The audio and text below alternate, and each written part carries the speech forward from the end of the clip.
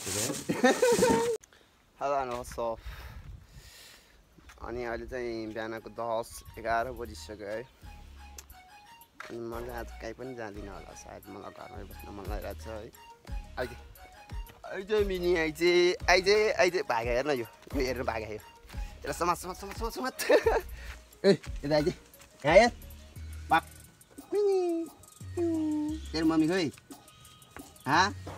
त्यो दाइ खोइ यतातिर मिही गर्छ चाटा हेर्नु रहेछ त्यहाँ पनि छ। मम्मीले त्यहाँनिर रक्सी पारिदिनु भएको छ, रक्सी पारेर हेर्ने हो गाइस यसरी पार्छ। तपाईँहरूको ठाउँतिर सायद रक्सी पार्दैन होला है, यसरी पार्छ। यतापट्टि एउटा भाँडा बसेर भइरहेको छ, यहाँनिर छ यो माथिको रक्सी होइन नि, यो पानी हो। यहाँबाट फिल्टर भएर बाफ चाहिँ तल झर्छ, तल गएर यहाँनिर चाहिँ रक्सी बस्छ। यहाँभित्र रक्सी पार्ने अर्को भाँडा छ क्या, त्यो भाँडामा रक्सी बस्छ।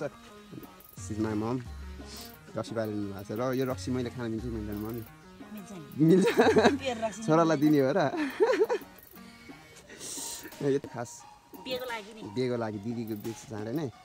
त्यो बाहिरतिरदेखि दुनियाँ दिवाना रक्सीहरू यताउति होइन बन ल्याएर नेपालमा महँगो तिरेर खानुभन्दा यो नेपाली लोकल रक्सी लाइन ब्रान्डेड बनाउँ भन्ने तोरीबारी है। यो सबै मेरो मम्मी र ड्याडीहरूले खेतीपाती गर्नुहुन्छ। अनि प्लस यहाँनिर टनेल छ, गोलभेडा टनेल, यस्तो 3-4वटा माथितिर नि छ है। यही ठाउँमा होइन, यही ठाउँमा कोतालो गरेर मेरो मम्मी कोतालो गरेर धेरै सङ्घर्ष गरेर चाहिँ होइन हामीले पढ्यो। मम्मीलाई पनि धेरै माया गर्छु कि बाख्राहरू पालेको छ, खसी फार्म छ है यहाँनिर पाडो है। भैँसी त्यसको दुध दुहेर खाने गर्नुहुन्छ ड्याडी मम्मीहरूले। त्यो दुध दिन्छ दिनमा, त्यही 3-4 लिटर 4-5 लिटर दुध दिनुहुन्छ। कहिले गोलभेडा कहिले धनियाँ छ नि, अहिले चाहिँ धनियाँहरू रहेछ है। अनि ऊ त्यहाँ प्याजको ब्यार्न होला सायद त्यो। कहिले हो केरा यो मम्मी? 1 महिना भए जस्तो छ, 1-2 महिना। अनि सङ्क्रान्ति अझै फ्रिजमा नि रहेछ होइन, अघि नै हेरिछु मैले सबै।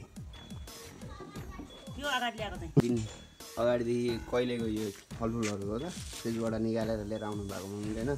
अझै फ्रिजमा खाने मान्छे छैन नि त घरमा खासै, अनि त्यही भएर नि होला सो फ्रिजमा नि हेरौँ न त कस्तो रहेछ नि, कति रहेछ। मम्मीले कुहिरहेको छ फ्रिजमा पुरै। या पसलको हालत यस्तो छ, गाउँमा हो बिगत ठाउँमा शान्तिको पसल भए पनि होइन चलिरहेको छ। लेसी गाइस फ्रिज त खाली छ यार, के खसीको खुट्टा यहाँ पनि रहेछ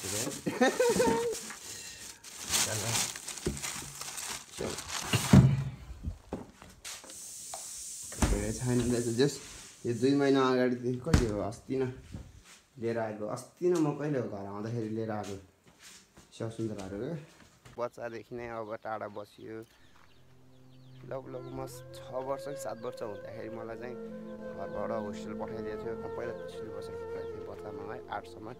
अनि त्यसरीमा बसेर पढ्यो, त्यसरीमा पढेपछि त्यसपछि काठमाडौँ गयो, काठमाडौँ गएर अनि एक्लै काठमाडौँमा होस्टेल बस्ने। यता मैले खासै घरमा त्यस्तो टाइमहरू बिताएको छैन। प्लस पहिला त बचपन थियो नि त, त्यतिखेर अब बचपनको कुराहरू हुन्थ्यो, घरमा त्यति खासै बस्ने कुरा हुँदैन थियो। ड्याडी मम्मीहरूको वास्ता लाग्दैन थियो क्या त्यति। अनि बाहिर हिँड्थेँ है। जे हुनु त्यतिखेरको टिनेजर टाइमहरूमा जति बिग्रिसक्यो। अहिले आएर चाहिँ के लाग्छ भने साथीहरू पनि सबै फिल्टर भएर गयो नि त बिस्तारै, यो पछि त्यो त्यो पछि त्यो। आज त्यो ऊ मन पर्दैन, उसले आज मलाई मन पराउँदैन, आज त्यो ऊ यताउति अनि भन्दा है सबैजना साथीहरू पनि सबै फिल्टर हुँदै गयो। अनि 1-2जना साथीहरू छ, 2-4जना 8-10जना ग्रुपमा होइन, ग्रुपिङ साथीहरू, उनीहरूसँग पनि सधैँ हिँडेर हुँदैन जस्तो लाग्यो मलाई। किनभने मैले अब आफ्नो लाइफ बनाउनु छ नि त, मैले आफ्नो ठाउँतिर पुग्नु छ, मलाई केही गर्नु छ। अहिले चाहिँ म प्रायः जहाँ जाँदाखेरि पनि आफ्नै एक्लै जोड्ने क्या, जतिसुकै लामो होस् या जहाँसुकै पुगोस् होइन। सो त्यस कारणले चाहिँ म अहिले बिना प्लानिङ अल्टरनेटिभली कहाँ पुग्छु, कहाँ हिँडिरहेको छु मलाई थाहा हुँदैन, त्यही हो। अनि आज चाहिँ हिजो त अब रसुवा नकआउट काठमाडौँ सबै घुमिहाल्यो होइन। काठमाडौँदेखि अनफर्चुनेट घर आउँछु भनेर आएको होइन नि त म, हिजो थाहा छँदैछ तपाईँहरूलाई होइन। अनि त्यो घरमा आइपुग्यो, बस्यो। आज घरमा मेरो ड्याडी पनि हुनुहुन्छ, 2 महिनादेखि बाहिरबाट आएर फेब्रुअरी त्यस्तै फर्स्ट विकतिर ड्याडी फेरि फर्किँदै हुनुहुन्छ बाहिर। सो आज चाहिँ म घरमा बसेर मस्त ड्याडी मम्मीहरूसँग रमाइलो गर्छु, बस्छु होइन, त्यही हो। अनि मेरो घरमा मम्मीहरू के गर्नुहुन्छ, ड्याडी के गरेर बसिरहनु भएको छ, प्लस बहिनी पनि घरमा आएर बसेको छ आज है। अनि आज आज घरमै आएर बस्छु भने घरमै बस्छु अनि यताउति शान्ति नभएको कुराहरू देखाउँछु है। अनि भोलि बिहान चाहिँ हामी 10 बजे हाम्रो ठ्याक्कै काठमाडौँको लागि फेरि रेडी हुन्छौँ होइन। लेसी आज घरमा के गर्छ यताउति सबै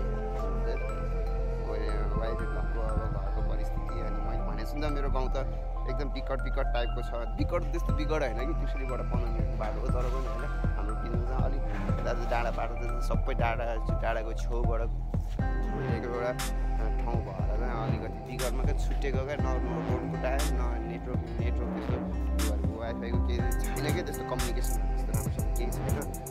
खेती किसानदेखि लिएर देखाउँछु। अहिले चाहिँ मेरो मम्मी त्यहाँनिर तल रक्सी पार्नु भएको छ होइन, रक्सी कसरी पार्छ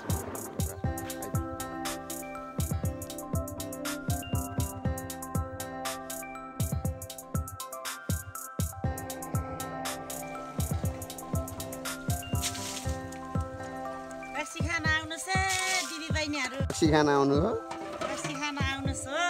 मिठो के लोकल रक्सी दिदी बहिनीहरूलाई